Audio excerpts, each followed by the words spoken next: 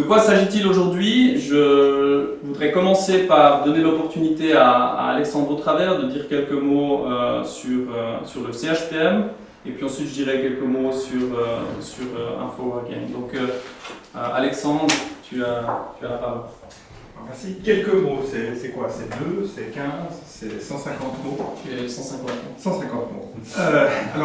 Le CHPM va vous dire un premier mot, c'est bienvenue. C'est, je pense, important.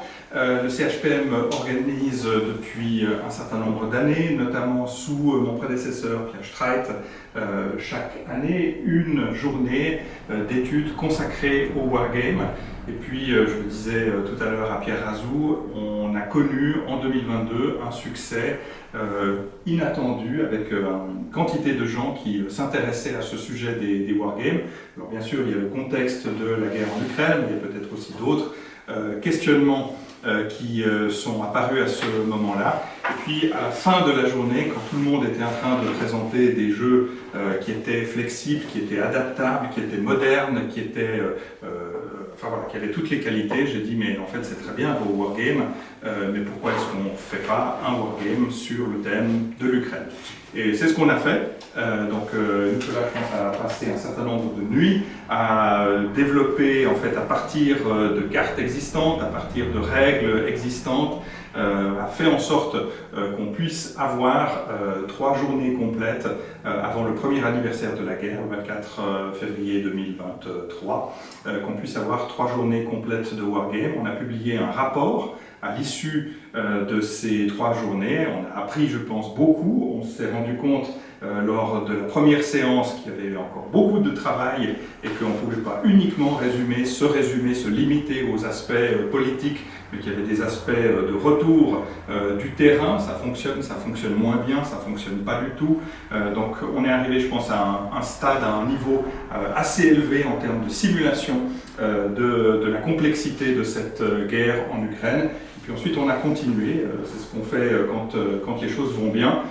Donc, on a proposé cette année pratiquement une dizaine de journées consacrées à ces wargames, avec beaucoup de succès, avec un noyau fidèle. Et puis, bien sûr, on parlera tout à la fin, je ne veux pas déflorer les sujets à venir, mais enfin, l'idée, c'est vraiment de poursuivre de manière régulière avec ces wargames sur le thème de l'Ukraine et puis sur d'autres thèmes qui vont nous intéresser ces prochaines années. Donc, encore une fois, bienvenue. Je répète le mot le plus important.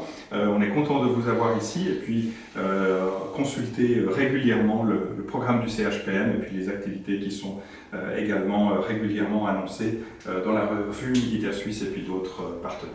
Merci. Merci Alexandre.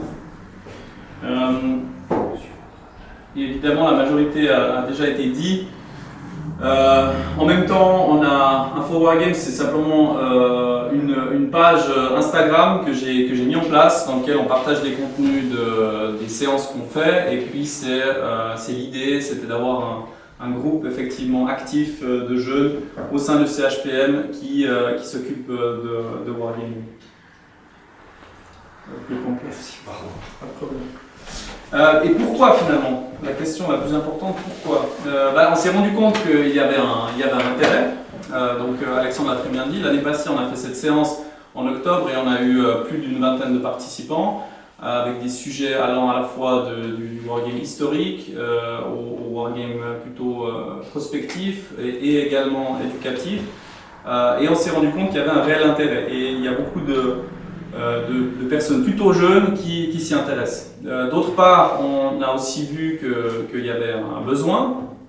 Il y a un besoin, je pense, à la fois au niveau académique. C'est un domaine, c'est un outil qui peut être utilisé de manière très efficace dans le domaine académique pour la recherche à la fois l'aspect experiential learning, donc développer de la connaissance par l'action, par le jeu, et également pour découvrir de nouvelles possibilités, l'aspect notamment en histoire, parce que je m'intéresse particulièrement à l'histoire, l'aspect uchronique joue un rôle important. Puis finalement, on s'est aussi rendu compte qu'il y avait des compétences, hein. C'est vous les compétences, c'est beaucoup de personnes qui s'intéressent au wargame, qui pratiquent, qui publient même. Mais, et il y a le mais, il n'existe pas de réseau en Suisse, en tout cas pas de réseau constitué, en tout cas pas à ma connaissance. Il manque aussi d'unité de doctrine, donc et ça c'est pas moi qui le dis, c'est beaucoup de spécialistes du wargame. Effectivement, wargame a beaucoup de définitions, la définition est relativement contestée. Finalement, qui c'est qui va permettre à une définition du wargame, à définir le wargame de manière plus précise, de manière à ce qu'on puisse avancer et puis faire évoluer la chose. Donc, pour le faire, il faut probablement plus de pratique. Et c'est ça, le dernier point, c'est que, mis à part les rares discussions qu'il y a sur le sujet, notamment dans quelques revues militaires, mais c'est assez rare en Suisse, il manque surtout de la pratique. Et donc l'idée c'était simplement d'offrir la possibilité, étant donné qu'on a les locaux, étant donné qu'on a la possibilité de le faire, de pratiquer le wargame pour mieux le comprendre.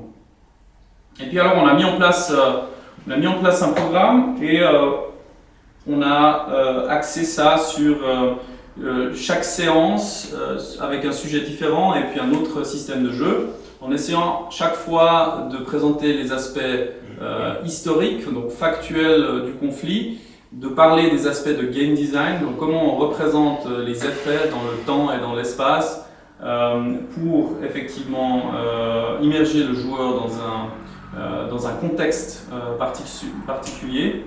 Et finalement, jouer un système de jeu, c'est évidemment toujours un choix partial, mais ça a été assez intéressant. Donc aujourd'hui, on se trouve à peu près à la moitié du programme, et puis il viendra jusqu'à la fin de l'année encore 4 autres séances avec chaque fois des thèmes différents.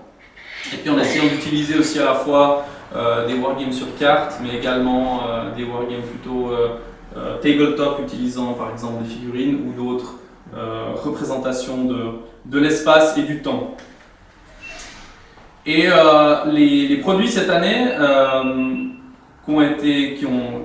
que le wargame nous a permis de mettre en place, c'était à la fois plusieurs articles dans la RMS et dans la SMZ. Il y a un blog également Swiss Wargaming d'un Reto qui malheureusement ne peut pas être là aujourd'hui, Reto Egiman.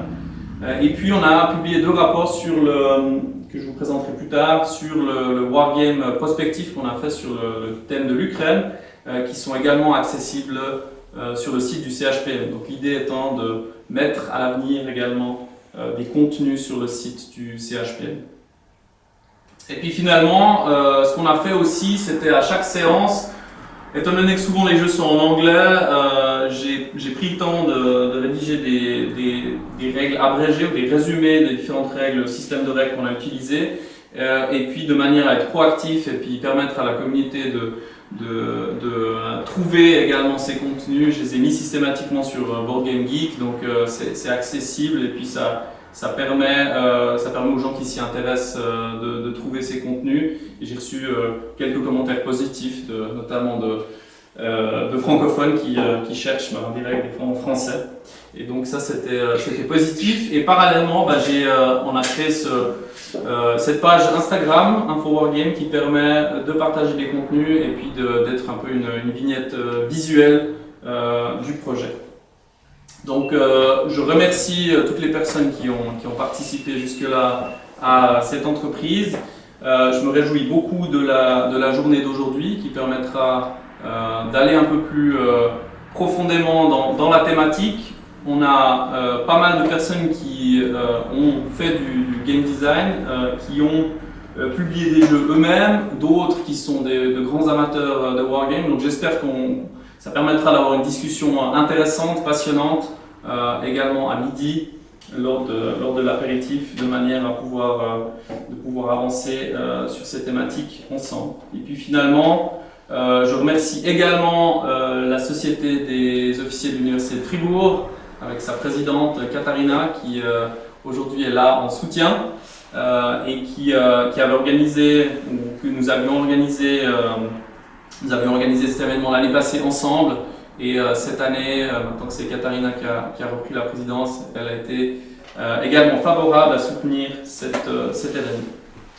Donc, merci à tous et ça termine mon introduction.